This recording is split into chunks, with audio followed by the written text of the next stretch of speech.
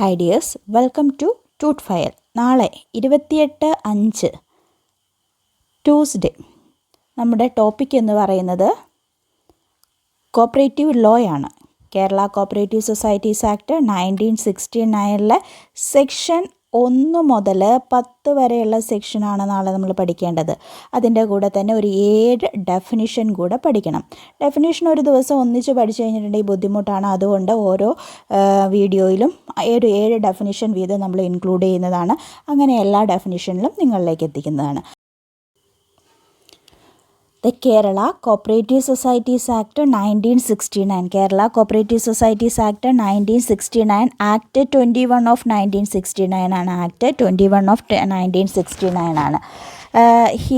Hereas with a view to provide for the orderly development of economic sector, the state by organizing the cooperative society as a self-governing democratic institution to achieve objects of equity, social justice and economic development as envisaged in the directive principle of state policy of the Constitution of India, it is expedient to consolidate, amend and unify the law relating to cooperative society in the state, be it enacted in the 19th year of Republic of India. ഈ ഒരു പ്രയാമ്പിളിൽ നിന്ന് നമുക്ക് question വരാറുണ്ട്. ഏത് ഇയറിലാണ് republic of ഇന്ത്യയുടെ ഏത് ഇയറിലാണ് 1969 act enact ചെയ്തത് എന്ന് ചോദിച്ചിട്ടുണ്ട്. ഇവിടെ തന്നെ കൊടുത്തിട്ടുണ്ട് 19th year of republic of India. പിന്നെ ചോദിച്ചിട്ടുള്ളത് directive principles of state policy. നമ്മുടെ സ്റ്റേറ്റ് പോളിസിയിൽ കോൺസ്റ്റിറ്റ്യൂഷൻ ഓഫ് ഇന്ത്യയുടെ ഏത് പാർട്ടിനെ കുറിച്ചാണ് നമ്മുടെ പ്രയാമ്പിളിൽ പറഞ്ഞിട്ടുള്ളത്? ഏത് പാർട്ടിനെ കുറിച്ചാണ്? ഡയറക്റ്റീവ് പ്രിൻസിപ്പിൾ ഓഫ് സ്റ്റേറ്റ് പോളിസിയെക്കുറിച്ചാണ് പറഞ്ഞിട്ടുള്ളത്. പിന്നെ എങ്ങനെയാണ് കോപ്പറേറ്റീവ് സൊസൈറ്റി എങ്ങനെയായിരിക്കണം എന്നാണ് നമ്മുടെ കോപ്പറേറ്റീവ് സൊസൈറ്റീസ് ആക്ട് 1969 പറഞ്ഞിട്ട്. സെൽഫ് ഗവേണിംഗ് ആയിരിക്കണം, ഡെമോക്രാറ്റിക് ഇൻസ്റ്റിറ്റ്യൂഷൻ ആയിരിക്കണം, പിന്നെ എന്ത് ചെയ്യണം? To achieve object of equity achieve ചെയ്യണം, social justice and economic development.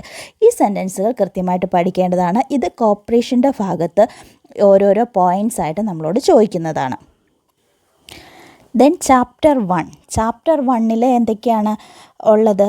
Chapter 1 section 1ഉം section 2 ആണ് ചാപ്റ്റർ 1 റൂളിൻ്റെ ചാപ്റ്ററിലും സെക്ഷൻ 1 ആൻഡ് സെക്ഷൻ 2. അപ്പോൾ ചാപ്റ്റർ 1 നമുക്ക് KCS ആക്റ്റിൽ സെക്ഷന് 16 ചാപ്റ്ററും റൂളിന് 15 ചാപ്റ്റേഴ്സുമാണ് ഉള്ളത്. അതിൻ്റെ അകത്ത് ഒന്നാമത്തെ ചാപ്റ്ററാണ് പ്രിലിമിനറി എന്ന് പറയുന്നത്. അപ്പോൾ പ്രിലിമിനറിയിൽ സെക്ഷൻ 1ഉം 2ഉമാണ്. സെക്ഷൻ 1 ആൻഡ് 2 ആണ് പ്രിലിമിനറിയിൽ വരുന്നത്. Section 1 and 2. അതേമാതിരി തന്നെ പ്രിലിമിനറി റൂൾസിന് ചാപ്റ്റേഴ്സ് 15 ചാപ്റ്ററാണ് റൂളിനുള്ളത്. റൂളിന് 15 ചാപ്റ്ററാണുള്ളത്. അതിൻ്റെ അകത്ത് ഒന്നാമത്തെ ചാപ്റ്ററും പ്രിലിമിനറിയാണ്. പ്രിലിമിനറിയിൽ വരുന്ന റൂളും ഏതാണ്? 1 മുതൽ 2 വരെയുള്ള 1ഉം 2ഉം റൂൾസാണ് ചാപ്റ്റർ 1 വരുന്നത്. അപ്പോൾ അതിൻ്റെ അകത്ത് സെക്ഷനിലെ ഒന്നാമത്തെ സെക്ഷൻ, ചാപ്റ്റർ 1 ഒന്നാമത്തെ സെക്ഷൻ പ്രിലിമിനറിയിൽ ഫസ്റ്റ് സെക്ഷൻ എന്ന് പറയുന്നത് short title extend and commencement. Cooperative ലോയുടെ ഷോർട്ട് ടൈറ്റിൽ എന്താണ്, അത് എന്തുമാത്രം എക്സ്റ്റെൻഡ് ചെയ്തിട്ടുണ്ട്, അത് എന്നാണ് കമൻസ് ചെയ്യുന്നത്, ഇത്രയും കാര്യങ്ങളാണ് സെക്ഷൻ 1 പറയുന്നത്. സെയിം തന്നെയാണ് റൂൾ 1 പറയുന്നത്. റൂളിൻ്റെ ഷോർട്ട് ടൈറ്റിൽ എന്താണ്, അതിൻ്റെ എക്സ്റ്റെൻഡ് എന്താണ്, അത് എന്നാണ് കമൻസ് ചെയ്തത്. അപ്പോൾ ഇവിടെ നമുക്ക് സെക്ഷൻ 1 പറയുന്ന കാര്യം നോക്കാം. എന്താണ് ഇതിൻ്റെ short title? This act may be called Kerala cooperative societies act 1969. ഈ ആക്ട് എങ്ങനെയാണ് അറിയപ്പെടുന്നത്? ആക്ട് അറിയപ്പെടുന്നത് Kerala state cooperative societies act 1969 എന്നാണ് അറിയപ്പെടുന്നത്. ഇതിൻ്റെ അകത്ത് കേരള കോപ്പറേറ്റീവ് സൊസൈറ്റീസ് ആക്ട് എന്നേ ഉള്ളൂ, Kerala state cooperative societies act എന്ന് ഇല്ല. അത് പ്രത്യേകം നോട്ട് ചെയ്തോളാം. അതേമാതിരി തന്നെ റൂളിൻ്റെയും എന്താണ്? അപ്പോൾ റൂളിൻ്റെ ഇവിടെ ഇതിൻ്റെ കൂടെ തന്നെ നമുക്ക് നോക്കിപ്പോകാം. റൂളിൻ്റെ ഷോർട്ട് ടൈറ്റിൽ എന്താണ്? കേരള കോപ്പറേറ്റീവ് സൊസൈറ്റി ആക്ട് എന്നത് മാറിയിട്ട് അവിടെ rule Kerala cooperative societies rule 1969. Kerala cooperative societies rule 1969 എന്നാണ് റൂളിൻ്റെ ഷോർട്ട് ടൈറ്റിൽ എന്ന് പറയുന്നത്. ദെൻ ഇനി അതിൻ്റെ എക്സ്റ്റെൻഡ് എങ്ങനെയാണ്? Whole of the state, Kerala സംസ്ഥാനം മുഴുവൻ പ്രവർത്തന പരിധിയാണ് whole of the state. Extend whole of the state of Kerala സംസ്ഥാനം മുഴുവൻ. അത് രണ്ടിനും റൂളിനും എന്ത് തന്നെയാണ്? Whole of the state of Kerala തന്നെയാണ്. Then it shall came into force on such date as the government by notification in the gazette appoint. ഗസറ്റിൽ വന്ന ആ ഡേറ്റ് മുതലാണ് ഇത് എന്ത് ചെയ്തത്? കമൻസ് ചെയ്തത്. അപ്പോൾ ഗവൺമെൻറ് എന്നാണ് ആക്ട് നോട്ടിഫിക്കേഷൻ കൊടുത്തത്? 15th May 1969 act. 15th May 1969. 15 May 1969 ഈ act came into force നിലവിൽ വന്നത്. അതേമാതിരി തന്നെ റൂള് എന്നാണ് നിലവിൽ വന്നത്? 14th July 1969. 14 ജൂലൈ 1969 റൂള് നിലവിൽ വന്നത്. ആക്ട് നിലവിൽ വന്നത് 15 മെയ് 1969. അപ്പോൾ സെക്ഷൻ 1ലും റൂള് 1ലും പറയുന്നത് short title extend and commencement ആണ്. ഷോർട്ട് ടൈറ്റിൽ എന്ന് പറയുന്നത് കേരള കോപ്പറേറ്റീവ് സൊസൈറ്റീസ് ആക്ട് 1969. അതിൻ്റെ എക്സ്റ്റെൻഡ് എന്ന് പറയുന്ന ഹോൾ ഓഫ് ദ സ്റ്റേറ്റ് ആണ്. പിന്നെ അതെന്നാണ് നിലവിൽ വന്നത്? 15/5/1969 ആക്റ്റും 14 ജൂലൈ 1969 റൂളും നിലവിൽ വന്നു. ദെൻ സെക്ഷൻ 2 എന്ന് പറയുന്ന ഡെഫിനിഷനാണ്. അപ്പോൾ നമുക്ക് ഡെഫിനിഷൻ ഫുൾ ഒരൊറ്റ ക്ലാസ്സിലെടുത്താൽ അത് പഠിക്കാൻ ബുദ്ധിമുട്ടായിരിക്കും. അതുകൊണ്ട് നമുക്കൊരു 7 ഡെഫിനിഷൻ ഓരോ ക്ലാസ്സിലായിട്ട് എടുത്ത് കംപ്ലീറ്റ് ചെയ്യാം. അപ്പോൾ ഇന്നത്തെ ക്ലാസ്സിൽ 7 ഡെഫിനിഷനാണ് എടുക്കുന്നത്. ഒന്നാമത്തെ ഡെഫിനിഷൻ എന്ന് പറയുന്നത് എന്താണ്? അപ്പെക്സ് സൊസൈറ്റിയാണ്. എന്താണ് അപ്പെക്സ് സൊസൈറ്റി? അപ്പെക്സ് സൊസൈറ്റി എന്ന് പറയുന്ന apex society means a society having whole of the state as its area of operation. അപ്പോൾ ഒരു അപ്പെക്സ് സൊസൈറ്റിയുടെ ഏരിയ ഓഫ് ഓപ്പറേഷൻ എങ്ങനെയാണ്? ഹോൾ ഓഫ് ദ സ്റ്റേറ്റ് ആണ് operation. And having its members only other societies. Members ആരാണ്? മറ്റുള്ള സൊസൈറ്റീസാണ്. ആ സൊസൈറ്റീസിൻ്റെ ഒരു പ്രത്യേകത കൂടി ഉണ്ട്. എന്ത്? With similar object and declared as such by the registrar. Similar object ഉള്ള മറ്റുള്ള സൊസൈറ്റീസ് മെമ്പേഴ്സായിട്ട് വരുന്നതും കേരള സംസ്ഥാനം മുഴുവൻ പ്രവർത്തന പരിധിയായിട്ടുള്ളതും രജിസ്ട്രാർ അപ്പെക്സ് എന്ന് ഡിക്ലെയർ ചെയ്തതുമായിട്ടുള്ള സൊസൈറ്റീസാണ് അപ്പെക്സ് സൊസൈറ്റി. അതാണ് 2A പറയുന്നത്. എവിടെയാണ് പറയുന്നത് അപ്പെക്സ് സൊസൈറ്റീനെ? 2A ആണ് അപ്പെക്സ് സൊസൈറ്റിയെ ഡിഫൈൻ ചെയ്യുന്നത്. എന്താണ് അപ്പെക്സ് സൊസൈറ്റി? കേരള സംസ്ഥാനം മുഴുവൻ whole of the state as its area of operation and its a members only other society. മറ്റുള്ള സൊസൈറ്റി മാത്രമാണ് മെമ്പേഴ്സായിട്ട് വരുള്ളൂ.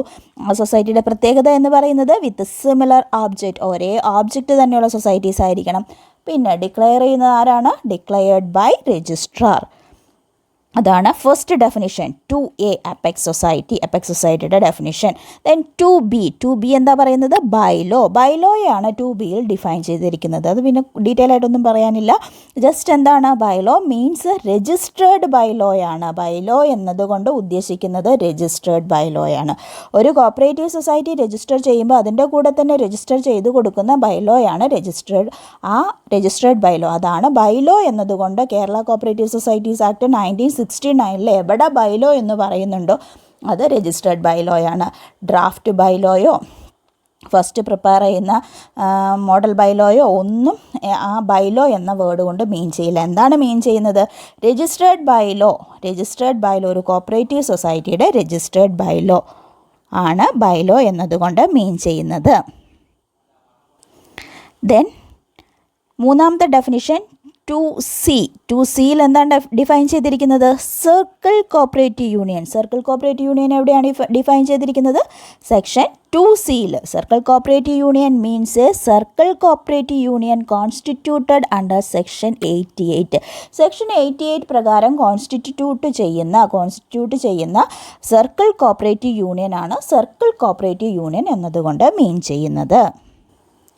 നെക്സ്റ്റ് 2Dയിൽ എന്താണ് പറയുന്നത്?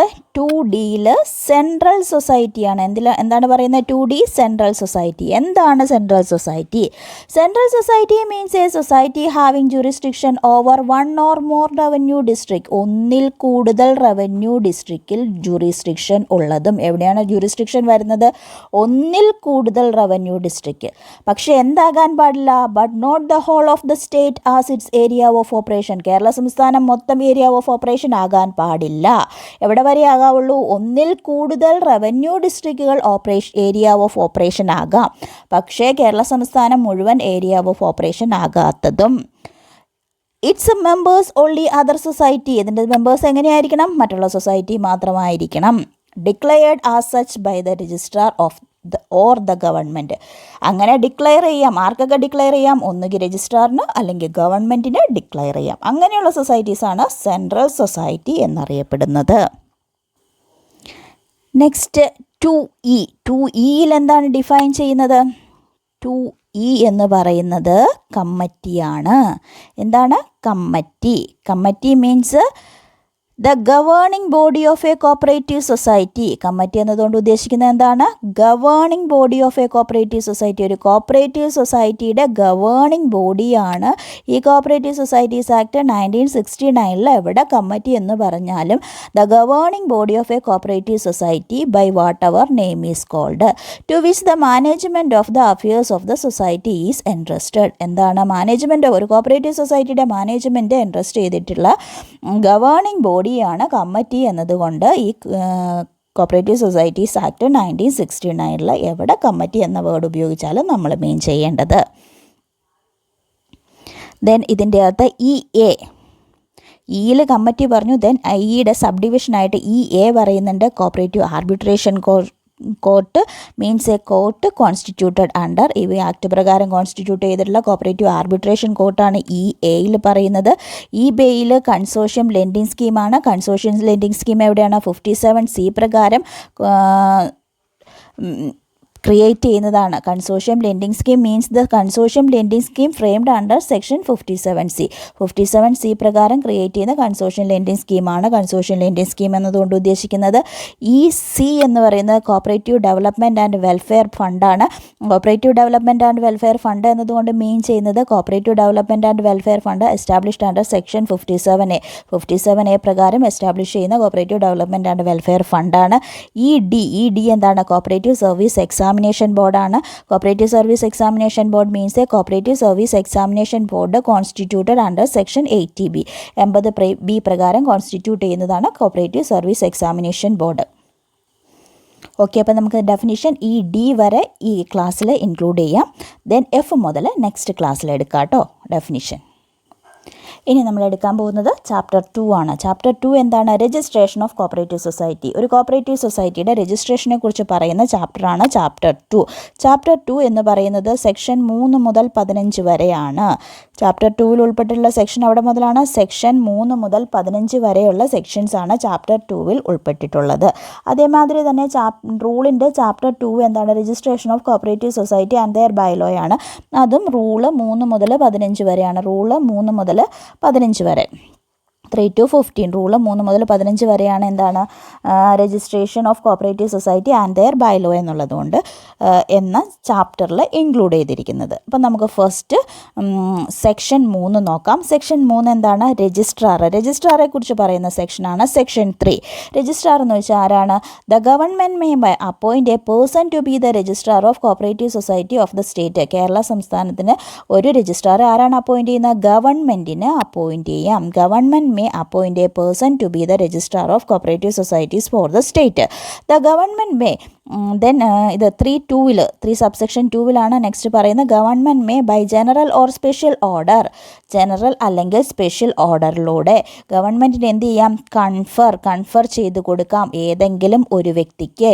എനി പേഴ്സൺ അല്ല എങ്കിൽ all or any of the powers, ഏതെങ്കിലും ഒരു വ്യക്തിക്ക് രജിസ്ട്രാറുടെ മൊത്തം പവേഴ്സോ അതല്ലെങ്കിൽ ഏതെങ്കിലും ഒരു പവറോ കൺഫർ ചെയ്ത് കൊടുക്കാം. അതാണ് സെക്ഷൻ 3 സബ്സെക്ഷൻ 2വിൽ പറയുന്നത്. രജിസ്ട്രാറുടെ പവേഴ്സ് ഡെലിഗേറ്റ് ചെയ്യുന്നതിനെക്കുറിച്ച് പറയുന്ന സെക്ഷനാണ് 3 സബ്സെക്ഷൻ 2. രജിസ്ട്രാറിൻ്റെ പവേഴ്സ് മൊത്തമായിട്ടോ അല്ലെങ്കിൽ ഏതെങ്കിലും ഒരു പവറോ എന്ത് ചെയ്യാം? വേറെ ആളുകൾക്ക് കൺഫർ ചെയ്ത് കൊടുക്കാം. എങ്ങനെയാണ്? ജനറൽ അല്ലെങ്കിൽ സ്പെഷ്യൽ ഓർഡറിലൂടെയാണ് കൺഫർ ചെയ്ത് കൊടുക്കുന്നത്. Next section 4. സെക്ഷൻ 4ൽ എന്താണ് പറയുന്നത്? സെക്ഷൻ 4ൽ പറയുന്നത് society which may be registered. എങ്ങനെയുള്ള സൊസൈറ്റീസാണ് രജിസ്റ്റർ ചെയ്യുന്നത് എന്നതിനെക്കുറിച്ച് പറയുന്ന സെക്ഷനാണ് section 4. Subject to the provision of this act, a cooperative society which has as its object the promotion of the economic interest of its members. അപ്പോൾ ഒന്നാമത്തെ object എന്താണ്? Promotion of the economic interest of its members. മെമ്പേഴ്സിൻ്റെ economic interest promote ചെയ്യുന്ന type societies ആയിരിക്കണം. Or the interest of the public, അതല്ല എങ്കിൽ പബ്ലിക്കിൻ്റെ interest promote ചെയ്യുന്ന societies ആയിരിക്കണം. ഏത് പ്രകാരം? In accordance with cooperative principle പ്രകാരം. Or a society established with the object of facilitating the operation of such society may be registered under this act. or the society established with the object of facilitating the operation of such society, അങ്ങനെയുള്ള സൊസൈറ്റിയുടെ ഓപ്പറേഷനെ facilitate ചെയ്യുന്ന ടൈപ്പുള്ള societies ആയിരിക്കണം. അങ്ങനെയുള്ള societies മാത്രമാണ് register ചെയ്യാൻ സാധിക്കുകയുള്ളൂ. Then next section 5. Section 5 എന്താണ്? Section 5 registration with limited liability only. എങ്ങനെയാണ് സൊസൈറ്റി രജിസ്റ്റർ ചെയ്യാൻ പറ്റുകയുള്ളൂ? ലിമിറ്റഡ് ലയബിലിറ്റിയിൽ മാത്രമാണ് സൊസൈറ്റീസ് രജിസ്റ്റർ ചെയ്യാൻ സാധിക്കുകയുള്ളൂ. A cooperative society shall be registered only with limited liability. Cooperative society limited ലയബിലിറ്റിയിൽ മാത്രമാണ് നമുക്ക് രജിസ്റ്റർ ചെയ്യാൻ സാധിക്കുകയുള്ളൂ. 5 സബ്സെക്ഷൻ 1 അത് പറയുന്നത്. Provided that this subsection will not affect the right and liability of society with unlimited liability which are in existence at the time of commencement of this act. ഈ act നിലവിൽ വരുന്ന സമയത്ത് unlimited ലയബിലിറ്റിയിലുള്ള സൊസൈറ്റീസിൻ്റെ right and ലയബിലിറ്റീസിനെ ഒന്നും ഇത് affect ചെയ്യുന്നതല്ല. അപ്പോൾ ഈ ആക്ട് നിലവിൽ വരുന്നതിന് മുമ്പ് അൺലിമിറ്റഡ് ലയബിലിറ്റിയിലുള്ള സൊസൈറ്റീസിന് അങ്ങനെ തന്നെ കണ്ടിന്യൂ ചെയ്യാം. പക്ഷേ അതിനുശേഷം ഏത് സൊസൈറ്റി രജിസ്റ്റർ ചെയ്താലും ആ സൊസൈറ്റി ലിമിറ്റഡ് ലയബിലിറ്റിയിൽ മാത്രമാണ് നമുക്ക് എന്ത് ചെയ്യാൻ സാധിക്കുകയുള്ളൂ? രജിസ്റ്റർ ചെയ്യാൻ സാധിക്കുകയുള്ളൂ. ദെൻ 5 സബ്സെക്ഷൻ 2 പറയുന്നത്, 5 സബ്സെക്ഷൻ 2 എന്താണ് പറയുന്നത്? The word limited or its equivalent in any Indian language shall be the last word in the name of the society registered under this act with limited liability. Limited ലയബിലിറ്റിയിൽ ഈ act പ്രകാരം register ചെയ്യുന്ന ഒരു സൊസൈറ്റിയുടെ പേരിൻ്റെ അവസാനം limited അല്ല എങ്കിൽ അതിന് തുല്യമായ ഇന്ത്യൻ ലാംഗ്വേജിലുള്ള ഒരു വേർഡ് ആഡ് ചെയ്തിരിക്കണം. അതാണ് 5 സബ്സെക്ഷൻ 2 പറയുന്നത്. അപ്പോൾ section 5 registration with limited liability only. Limited ലയബിലിറ്റിയിൽ മാത്രമാണ് സൊസൈറ്റി രജിസ്റ്റർ ചെയ്യാൻ പറ്റുകയുള്ളൂ. ഈ ആക്ട് നിലവിൽ വരുന്നതിന് മുമ്പ് അൺലിമിറ്റഡ് ലയബിലിറ്റിയിലുള്ള സൊസൈറ്റി ഉണ്ടെങ്കിൽ അതിന് അങ്ങനെ തന്നെ കണ്ടിന്യൂ ചെയ്യാം. പിന്നെ 5 സബ്സെക്ഷൻ 2 പറയുന്നത് ലിമിറ്റഡ് അല്ല എങ്കിൽ ഇന്ത്യൻ ലാംഗ്വേജിൽ അതിന് തുല്യമായ വാക്ക് വേർഡ് സൊസൈറ്റിയുടെ നെയിമിൻ്റെ എൻഡിൽ ആഡ് ചെയ്തിട്ടുണ്ടാവണം. Next section 6. സെക്ഷൻ 6 ഇമ്പോർട്ടൻറ്റ് സെക്ഷനാണ്. സെക്ഷൻ 6 എന്താണ്? Application for registration of a cooperative society. ഒരു കോപ്പറേറ്റീവ് സൊസൈറ്റി രജിസ്റ്റർ ചെയ്യാൻ വേണ്ടിയിട്ട് ആപ്ലിക്കേഷൻ കൊടുക്കുന്നതാണ് സെക്ഷൻ 6 പറയുന്നത്. എന്താണോ സെക്ഷൻ 6 സബ്സെക്ഷൻ 1 പറയുന്നത്? An application for the registration of the cooperative society shall be made to the registrar in such form as may be prescribed and application shall furnish to him such information about the society as may be required. ഇവിടെ 6 സബ്സെക്ഷനിൽ പറഞ്ഞിരിക്കുന്നത് എന്താണ്? Application prescribed ഫോർമാറ്റിൽ application കൊടുക്കണം. അതിൻ്റെ കൂടെ അത്യാവശ്യം വേണ്ടുന്ന എല്ലാ ആപ്ലിക്കേഷനുമായിട്ട് ബന്ധപ്പെട്ട എല്ലാ ഇൻഫോർമേഷനും എന്ത് ചെയ്യണം? നമ്മൾ കൊടുത്തിരിക്കണം എന്ന് പറഞ്ഞിട്ടുള്ളൂ. എന്തൊക്കെ കാര്യങ്ങൾ കൊടുക്കണം എന്നിവിടെ കൃത്യമായിട്ട് പറഞ്ഞിട്ടില്ല. അതെല്ലാം പറഞ്ഞിരിക്കുന്നത് എവിടെയാണ്? റൂള് 3 പറഞ്ഞിരിക്കുന്നത്. റൂള് 3 നമ്മളോട് പറഞ്ഞിട്ടുണ്ട് ആപ്ലിക്കേഷൻ ഫോം നമ്പർ 1 കൊടുക്കണം. ഫോം നമ്പർ 1 ആപ്ലിക്കേഷൻ കൊടുക്കേണ്ടത് എന്ന് പറഞ്ഞിട്ടുണ്ട്. പിന്നെ അതിൻ്റെ കൂടെ എന്ത് കൊടുക്കണം? 3 copies ഓഫ് പ്രപ്പോസ്ഡ് ബൈലോ. അതിവിടെ 6 സബ്സെക്ഷൻ 2A പറഞ്ഞിട്ടുണ്ട് കേട്ടോ. 3 copies of proposed bylaw of the society കൊടുക്കണം. പിന്നെ എന്ത് വേണം? Credit balance in favour of the proposed society. Proposed സൊസൈറ്റീൻ്റെ ക്രെഡിറ്റ് ബാലൻസ്, ആ സർട്ടിഫിക്കറ്റ് ഫ്രം ദ ബാങ്കിൽ നിന്നുള്ള ക്രെഡിറ്റ് ബാലൻസ്, ആ പ്രപ്പോസ്ഡ് സൊസൈറ്റിയുടെ ക്രെഡിറ്റ് ബാലൻസിൻ്റെ സർട്ടിഫിക്കറ്റ് കൊടുക്കണം. പിന്നെ എന്ത് വേണം? ലിസ്റ്റ് ഓഫ് പേഴ്സൺ ഡ്യൂപ്ലിക്കേറ്റ് ഫോർമാറ്റിൽ പ്രിപ്പയർ ചെയ്യണം. അപ്പോൾ application for registration section 6 application for registration അതിൻ്റെ അകത്ത് ഒന്നാമത്തതിൽ എന്താ പറയുന്നത്? പ്രിസ്ക്രൈബ്ഡ് ഫോർമാറ്റിൽ കൊടുക്കണമെന്നേ പറഞ്ഞിട്ടുള്ളൂ. അത് റൂളിലാണ് പറഞ്ഞിരിക്കുന്നത്. ഫോം നമ്പർ 1 ഡ്യൂപ്ലിക്കേറ്റിൽ വേണം ആപ്ലിക്കേഷൻ കൊടുക്കാൻ. ക്രെഡിറ്റ് ബാലൻസ് സ്റ്റേറ്റ്മെൻറ്റ് കൊടുക്കണം ബാങ്കിൽ നിന്നുള്ളത്. ലിസ്റ്റ് ഓഫ് പേഴ്സൺ അത് ഡ്യൂപ്ലിക്കേറ്റിൽ കൊടുക്കണം. Then scheme of soundness of proposed സൊസൈറ്റീസിൻ്റെ സൗണ്ട്നെസ് കാണിക്കുന്ന സ്കീം കൂടെ എന്ത് വേണം? ആപ്ലിക്കേഷൻ്റെ കൂടെ അറ്റാച്ച് ചെയ്തിട്ടുണ്ടാവണം. ഇത്രയും കാര്യങ്ങൾ റൂൾ 3 പറയുന്നുണ്ട്. Then section 6 subsection 2 section 6 subsection 2-ൽ പറയുന്നത് every such application shall confirm the following requirements. താഴെ കൊടുത്ത കാര്യങ്ങളൊക്കെ വേണം. എന്തൊക്കെയാണ്? Application shall be accompanied by 3 copies of the proposed bylaw. Proposed ബൈലോയുടെ 3 കോപ്പി വേണം. Where all applicants are individuals. എല്ലാ ആപ്ലിക്കൻസും ഇൻഡിവിജ്വൽ ആണ് എങ്കിൽ the number of applicant shall not be less than 25-ൽ താഴെ ആകാൻ പാടില്ല. Each of such person being a member of different family. Different ഫാമിലിയിൽ നിന്നുള്ള മെമ്പേഴ്സ് ആയിരിക്കണം. ഡിഫറെൻറ്റ് ഫാമിലി എന്നതുകൊണ്ട് ഉദ്ദേശിക്കുന്നത് എന്താണ്? Wife, husband, father, mother, grandfather, grandmother, stepfather, stepmother, son, daughter, stepson, stepdaughter, grandson, granddaughter, brother, sister, half sister, wife or brother, wife of brother or half brother. ഇതെല്ലാം എന്താണ്? Family എന്നതിൽ include ചെയ്യുന്നതാണ്. പിന്നെ സിയിൽ പറയുന്നത് section 6 subsection 2-ൻ്റെ സിയിൽ പറയും. Section 6 subsection 2 close സിയിൽ പറയുന്നത് എന്താണ്? Application shall be signed by every one of the applicant. ഓരോ ആപ്ലിക്കൻറ്റും എന്ത് ചെയ്യണം? ആപ്ലിക്കേഷൻ സൈൻ ചെയ്തിട്ടുണ്ടാവണം. ഹൂ ഈസ് ആൻ ഇൻഡിവിജ്വൽ ആണ് എങ്കിൽ ബൈ പേഴ്സൺ ഡ്യൂലി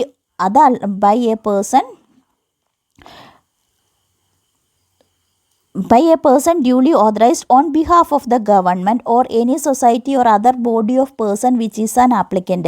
ഇനി ഇൻഡിവിജ്വൽ അല്ലാതെ ബോഡി ഓഫ് പേഴ്സൺസോ ഗവൺമെൻറ്റോ അങ്ങനെയുള്ള സൊസൈറ്റീസോ ഒക്കെ ആപ്ലിക്കൻ്റ് ആയിട്ട് വരികയാണെങ്കിൽ ആരാണ് സൈൻ ചെയ്യേണ്ടത്? ഓതറൈസ്ഡ് പേഴ്സൺ, ഡ്യൂലി ഓതറൈസ് ചെയ്ത പേഴ്സൺ ആണ് അവർക്ക് വേണ്ടി സൈൻ ചെയ്യേണ്ടത്. നെക്സ്റ്റ് സെക്ഷൻ 7 എന്താണ്? രജിസ്ട്രേഷൻ. സെക്ഷൻ 7-ൽ രജിസ്ട്രേഷനെ കുറിച്ചാണ് പറയുന്നത്. അപ്പോൾ നമ്മൾ ആപ്ലിക്കേഷൻ കൊടുത്തു, രജിസ്ട്രേഷന് വേണ്ടി ആപ്ലിക്കേഷൻ കൊടുത്തിട്ട് എന്ത് ചെയ്യണം? If the registrar is satisfied, registrar ആപ്ലിക്കേഷനിൽ സാറ്റിസ്ഫൈഡ് ആവണം. എങ്ങനെയൊക്കെ? That the application complies with the provision of act and റൂളിൻ്റെ പ്രൊവിഷൻ പ്രകാരം ആപ്ലിക്കേഷൻ ഓക്കെ ആയിരിക്കണം. പിന്നെ എന്താണ്? That the object of the proposed സൊസൈറ്റിയുടെ ഓബ്ജക്റ്റ് എന്ന് പറയുന്നത് അക്കോർഡൻസ് വിത്ത് സെക്ഷൻ 4-ൽ പറയുന്ന പ്രകാരം ഓബ്ജക്റ്റ് കോപ്പറേറ്റീവ് സൊസൈറ്റിയുടെ ഓബ്ജക്റ്റ് ആ സെക്ഷൻ 4 പ്രകാരമായിരിക്കണം. 4-ൽ പറഞ്ഞിട്ടുണ്ടല്ലോ നമ്മൾ ഓബ്ജക്റ്റ് പറഞ്ഞപ്പോൾ എക്കണോമിക് ഇൻട്രസ്റ്റ് ഓഫ് ദ മെമ്പേഴ്സിൻ്റെ എക്കണോമിക് ഇൻട്രസ്റ്റ് പ്രൊമോട്ട് ചെയ്യുന്നതോ അതല്ലെങ്കിൽ പബ്ലിക്കിൻ്റെ എക്കണോമിക് ഇൻട്രസ്റ്റ് പ്രൊമോട്ട് ചെയ്യുന്നതോ ഉള്ള സൊസൈറ്റീസാണ് രജിസ്റ്റർ ചെയ്യാൻ പാടുള്ളൂ എന്ന് പറഞ്ഞിട്ടുണ്ട്. അപ്പോൾ ആ section 4 society which may be register, എങ്ങനെയൊക്കെയുള്ള സൊസൈറ്റി രജിസ്റ്റർ ചെയ്യാൻ പറ്റുമെന്ന് പറഞ്ഞിരിക്കുന്നത് പ്രകാരമുള്ള സൊസൈറ്റി ആയിരിക്കണം. പിന്നെ സിയിൽ പറയുന്നത് എന്താണ്? That the area of operation of the proposed society and the area of operation of another society of the similar type do not overlap. ഒരു സൊസൈറ്റിയുടെ ഏരിയ ഓഫ് ഓപ്പറേഷൻ വേറൊരു സൊസൈറ്റിയുടെ ഏരിയ ഓഫ് ഓപ്പറേഷനുമായിട്ട് എന്ത് ചെയ്യാൻ പാടില്ല? ഓവർലാപ്പ് ചെയ്യാൻ പാടില്ല. ദെൻ ഡിയിൽ പറയുന്നത് that the proposed bylaw are not contrary to the provision of the act and rules. ആക്ടിനും റൂൾസിനും എതിരായിട്ട് ഉള്ള ബൈലോ ആയിരിക്കരുത്. ആക്ട് ആൻഡ് റൂൾസ് കോൺട്രറി ആയിട്ടുള്ള ബൈലോ ആയി കഴിഞ്ഞാൽ ഒരു സൊസൈറ്റി രജിസ്റ്റർ ചെയ്യുക.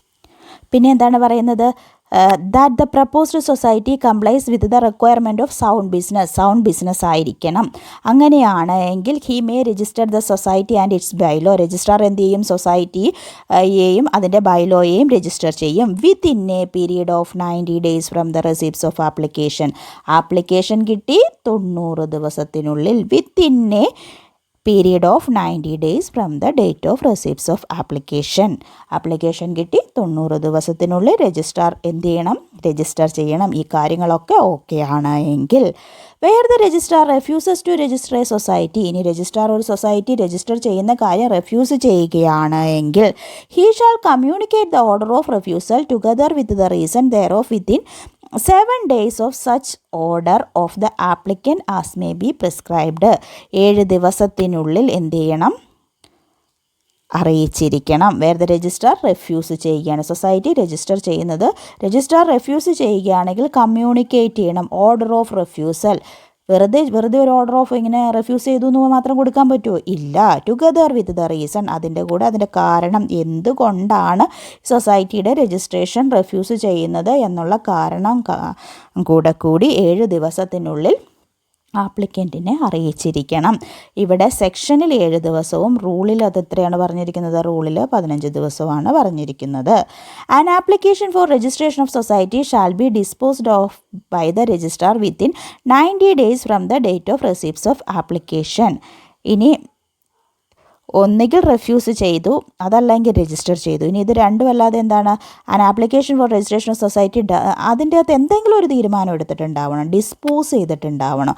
Registrar within 90 days from the date of receipts of application. Application കിട്ടി 90 ദിവസത്തിനുള്ളിൽ എന്തെങ്കിലും ഒരു തീരുമാനം എടുത്തിട്ടുണ്ടാവണം.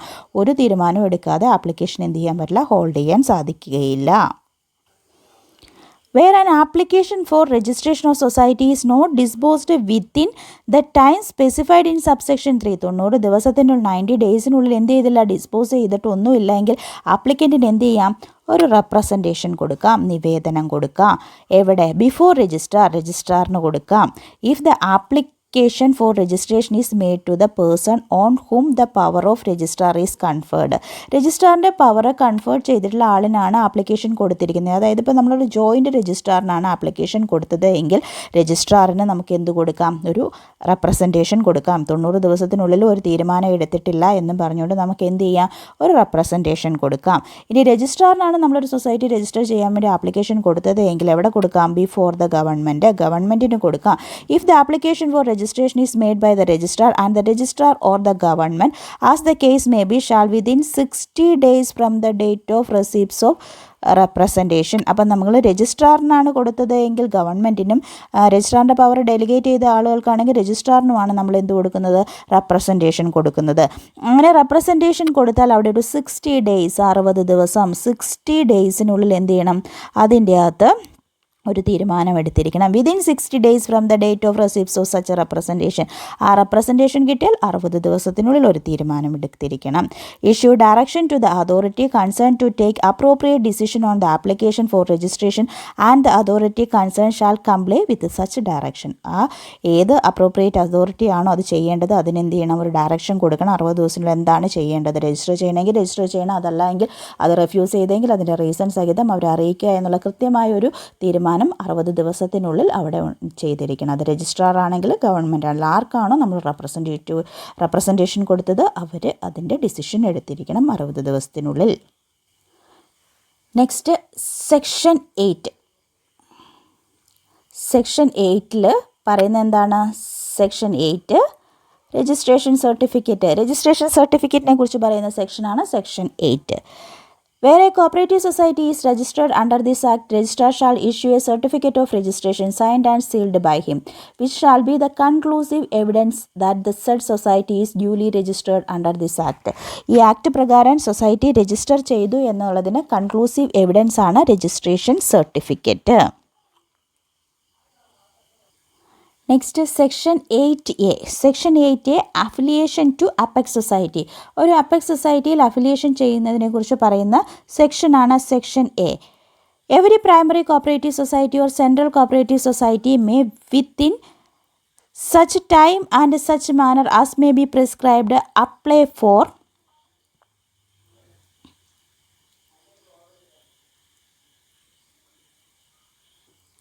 അപ്പോൾ section 8A affiliation to apex society എല്ലാ പ്രൈമറി സൊസൈറ്റി അല്ലെങ്കിൽ primary cooperative society or central society within such time and such manner as may be prescribed apply for affiliation to the concerned apex or central society. Concerned ആയിട്ടുള്ള apex സൊസൈറ്റിയിൽ അല്ലെങ്കിൽ central സൊസൈറ്റിയിൽ എന്ത് ചെയ്യണം? Application കൊടുക്കണം. Application കൊടുത്തു കഴിഞ്ഞിട്ടുണ്ടെങ്കിൽ എന്ത് ചെയ്യണം? 8A സബ്സെക്ഷൻ 2 പറയുന്നത് 60 days 60 ദിവസത്തിനുള്ളിൽ ആപ്ലിക്കേഷൻ കിട്ടി 60 ദിവസത്തിനുള്ളിൽ അതിൻ്റെ അകത്തൊരു തീരുമാനം whether determine such affiliation should be given or not.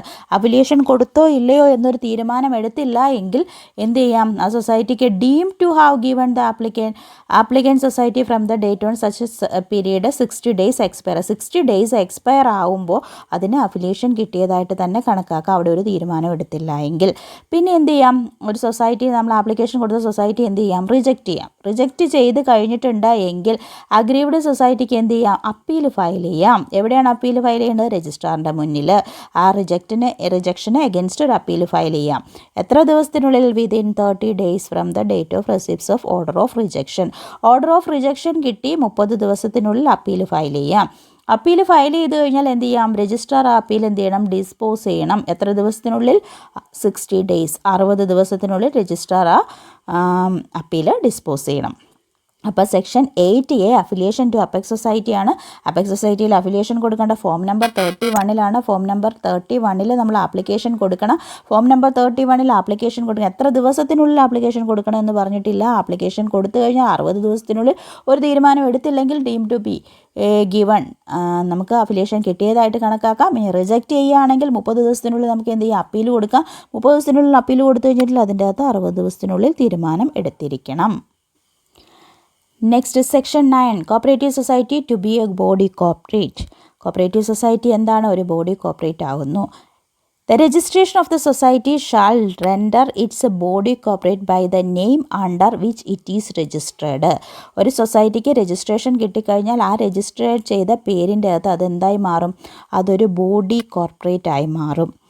അതിനെന്തുണ്ട്? Perpetual succession ഉണ്ടാകും, കോമൺ സീൽ ഉണ്ടാകും, power to hold property hold ചെയ്യാനുള്ള പവർ ഉണ്ടാകും, കോൺട്രാക്റ്റിൽ എൻ്റർ ചെയ്യാനുള്ള റൈറ്റ് ഉണ്ടാകും, ഇൻസ്റ്റിറ്റ്യൂട്ട് ആൻഡ് കോൺട്രാക്റ്റ് ഇൻസ്റ്റിറ്റ്യൂട്ട് ചെയ്യാം, ഡിഫൻഡ് സ്യൂട്ട് ഫയൽ ചെയ്യാം, അതർ ലീഗൽ പ്രൊസീഡിങ്സ്, ബാക്കി എല്ലാ ലീഗൽ പ്രൊസീഡിങ്സിലും എല്ലാ കാര്യങ്ങളിലും അതിന് എൻ്റർ ചെയ്യാൻ സാധിക്കും. അങ്ങനെ ഒരു ബോഡി ഓഫ് കോർപ്പറേറ്റ് ആയി മാറുകയാണ് ഒരു സൊസൈറ്റി രജിസ്ട്രേഷൻ ചെയ്യുന്നതിലൂടെ.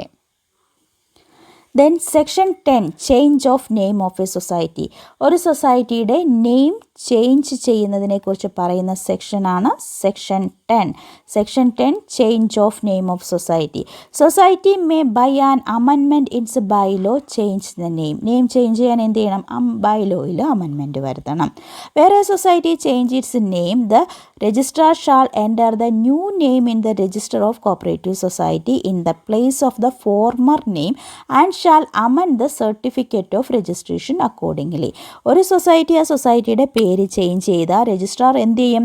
പുതിയ പേര് പഴയ പേരിൻ്റെ സ്ഥാനത്ത് എഴുതി ചേർക്കുന്നു. പിന്നെ എന്ത് ചെയ്യുന്നു? സർട്ടിഫിക്കറ്റിൽ ആ പേര് അമെൻഡ് ചെയ്യുന്നു. The change of name of society shall not affect any right or obligation of the society. ഒരു സൊസൈറ്റിയുടെ പേര് മാറ്റി എന്ന് പറഞ്ഞുകൊണ്ട് അത് അതിൻ്റെ റൈറ്റിനോ ഒബ്ലിഗേഷനോ ഒന്നും ഒരു രീതിയിലും മാറുന്നില്ല. Or render defective any legal proceedings or against it. ആ സൊസൈറ്റിക്ക് എഗെയിൻസ്റ്റ് ആയിട്ടുള്ള ഒരു ലീഗൽ പ്രൊസീഡിങ്സിലോ ഒന്നിലും ഒരു മാറ്റവും വരുന്നില്ല. And any legal proceedings which might have been continued or commenced by or against society by its former name may be continued commenced by its new name. ആ new നെയിമിൽ തന്നെ കഴിഞ്ഞ പഴയ പേരിൽ എന്തൊക്കെ കാര്യങ്ങളുണ്ടായിരുന്നോ ആ കാര്യങ്ങളെല്ലാം തന്നെ പുതിയ പേരിലും കണ്ടിന്യൂ ചെയ്തു പോകും. പേര് മാറ്റി എന്നതുകൊണ്ട് സൊസൈറ്റിയുടെ ഒബ്ലിഗേഷനിലോ റൈറ്റ്സിലോ ഒന്നിലും ഒരു മാറ്റവും വരുന്നില്ല. ഇതാണ് സെക്ഷൻ 10 പറയുന്നത്. ഓക്കെ, അപ്പോൾ സെക്ഷൻ 1 മുതൽ 10 വരെയുള്ള സെക്ഷൻ്റെ ഡീറ്റെയിൽ ആയിട്ടുള്ള ക്ലാസ്സാണ് ഇട്ടിരിക്കുന്നത്. ഇതുമായിട്ട് ബന്ധപ്പെട്ട റൂളിൻ്റെ ക്ലാസ് സെപ്പറേറ്റ് വീഡിയോ പിന്നീട് അപ്ലോഡ് ചെയ്യുന്നതായിരിക്കും. അപ്പോൾ ഡീറ്റെയിൽ ആയിട്ട് പഠിക്കുക. Thank you.